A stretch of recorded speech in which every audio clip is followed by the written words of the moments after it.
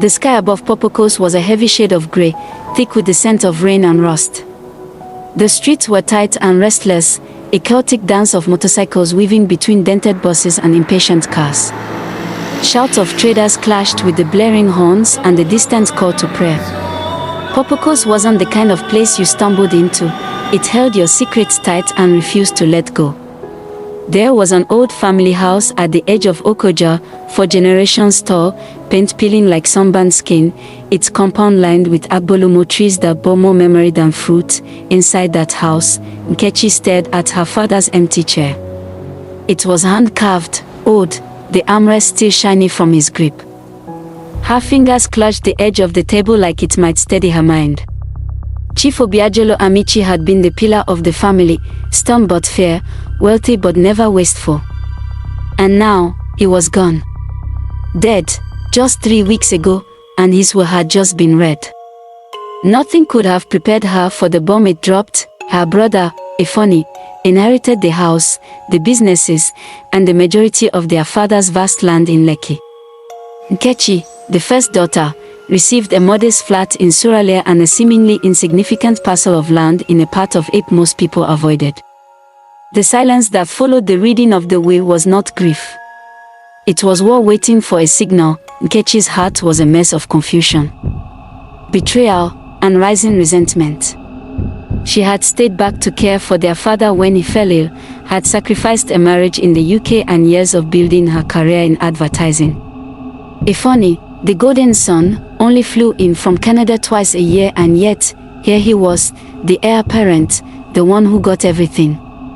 Her voice trembled with a rage she didn't understand. So, that's it.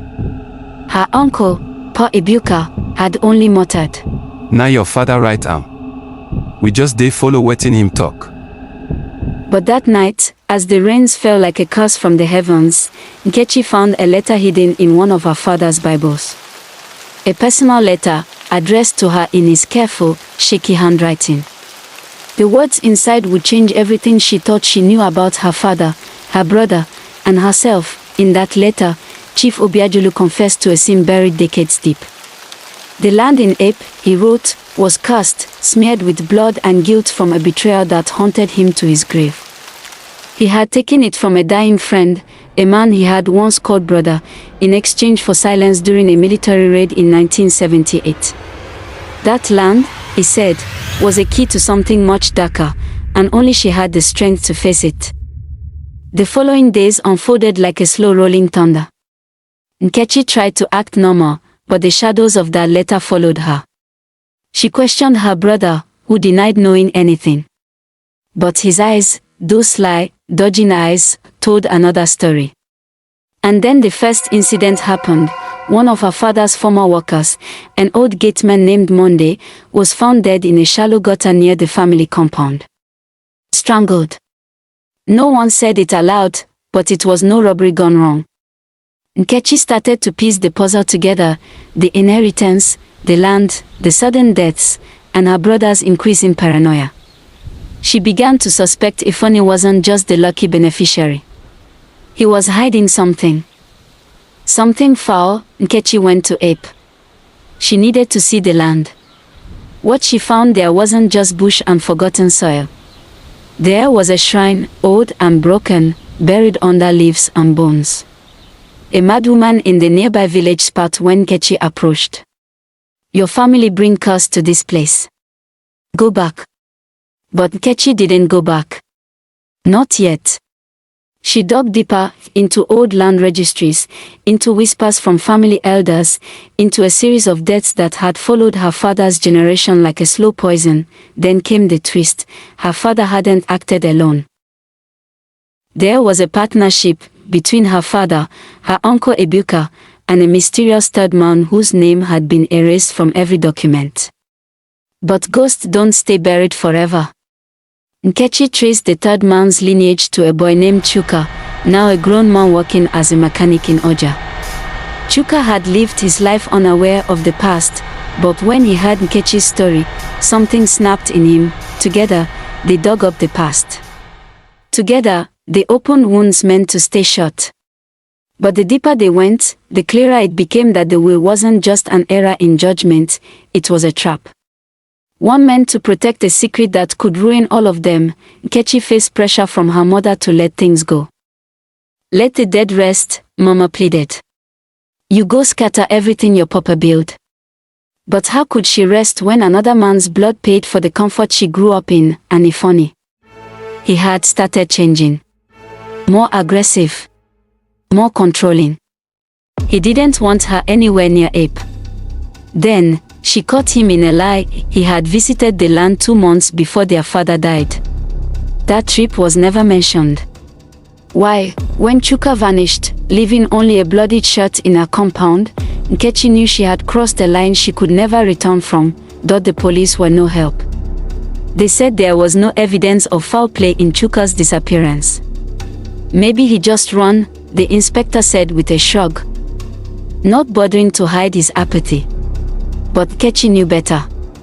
She could feel it in her chest, that same tightness that came the day her father died. Chuka had found something. Something dangerous. Everywhere she turned, doors began to close. Her job let her go, citing downsizing. Her phone buzzed at night with unknown numbers, silent calls that sent chills down her spine. Even her closest friend, Amoka, started to pull away, scared by the strange energy swirling around Nkechi's life. It was around this time she started dreaming in fragments, visions of fire, of men shouting in the bush, of a screaming boy dragged away as a shrine band. The dreams felt real. Too real. Each time she woke drenched in sweat, with the taste of iron in her mouth, Ifani, now fully entrenched in his role as family head, began pushing to sell the ape land, promising the family a hefty profit. He even tried to charm her with an offer. "I'll give you 20% of the proceeds. You fit use start small agency, Obi." But his smile didn't reach his eyes. Nkechi knew what he was doing. He wanted the past buried with cement and cash. He wanted silence, but Nkechi wasn't built for silence. She returned to Ape alone, this time with a hidden camera tucked into her bag. She walked the land, spoke to elders, and found an old woman who remembered the original landowner, Okon Udo. Okon was the man her father betrayed. Okon had a son, Chuka's father, and when Chief Obiajulu took the land, the boy was sent away to escape the shame and bloodshed. The woman leaned in, her voice like cracked bamboo. "Your papa no collect land. He collect soul. That land no be for building, nor for sacrifice." The words echoed in Nkechi's ears long after she left. Back in Popokos, she visited her uncle Ibuka and confronted him. At first, he laughed it off, but when she showed him the letter from her father and a grainy photo of him, Obiajulu, and Okon Udo together in 1978, the color drained from his face. "You go kill all of us," he whispered.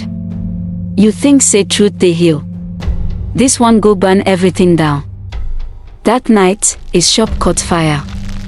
The same night, Nkechi's car was vandalized, blood smeared across the windscreen, her father's name scrawled with a sharp object on the bonnet. She knew she was being warned. But she also knew she had come too far. Then, out of nowhere, she received a video. Anonymous. No caption. No sender. Just a dark, shaky clip of Chuka tied to a chair, blood dripping from his nose, and a voice off camera asking, "Who else knows?" Her chest tightened. She collapsed in her kitchen, shaking, whispering, "Ifani, what have you done?"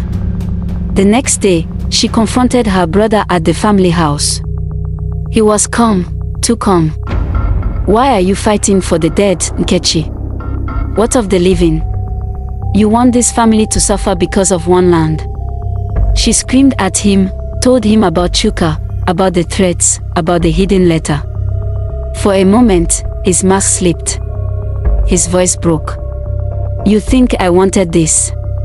I begged Papa to change the will. But he said you had to carry it. You, the daughter who left her life to bathe him, to bury him. He left you with the curse, Nkechi. Not a gift." Nkechi staggered back. You knew. You knew the land was cursed. Yes, he shouted. And now it's your burden. Carry it. The revelation shattered something inside her. Not just anger. Not just betrayal. A deep sorrow. Her father didn't trust Ifeanyi to fix what he broke. He had chosen her. Out of guilt. Out of love. Or both. With a final, broken heart, she left the house and drove to Ape again. At the land, she did something no one had done in decades. She entered the old shrine and lit the fire. She knelt before the crumbled idol and said the names, her father's, Okon Udo's, Chuka's, and hers. If sacrifice is what you want, take me. But leave the rest. That night, she collapsed in a fever. For 3 days, she remained unconscious in a nearby villager's hut, muttering names in her sleep. Her body trembling. And when she woke, Chuka was there, alive. Bruised, but alive. I escaped, he said simply. Someone let me go. I think it was your brother. Nkechi's voice cracked. Why would he? I don't know. But he said something. He said, let her finish it. Back in Popoko's, the family house stood empty. Ifeanyi was gone. No one had seen him since the night of the confrontation. The businesses were being dissolved. The once mighty Amici family name was crumbling like the house itself. Nkechi stood in front of their father's chair, the same chair where all of this began. She lit a candle and placed the letter beside it. Your sins are not mine, but I will carry them. As she turned to leave, her phone buzzed, a message. No name. No number. You think it's over. That land was only the beginning. She froze. Outside, the wind howled through Popocos like the breath of a long-dead god. To be continued.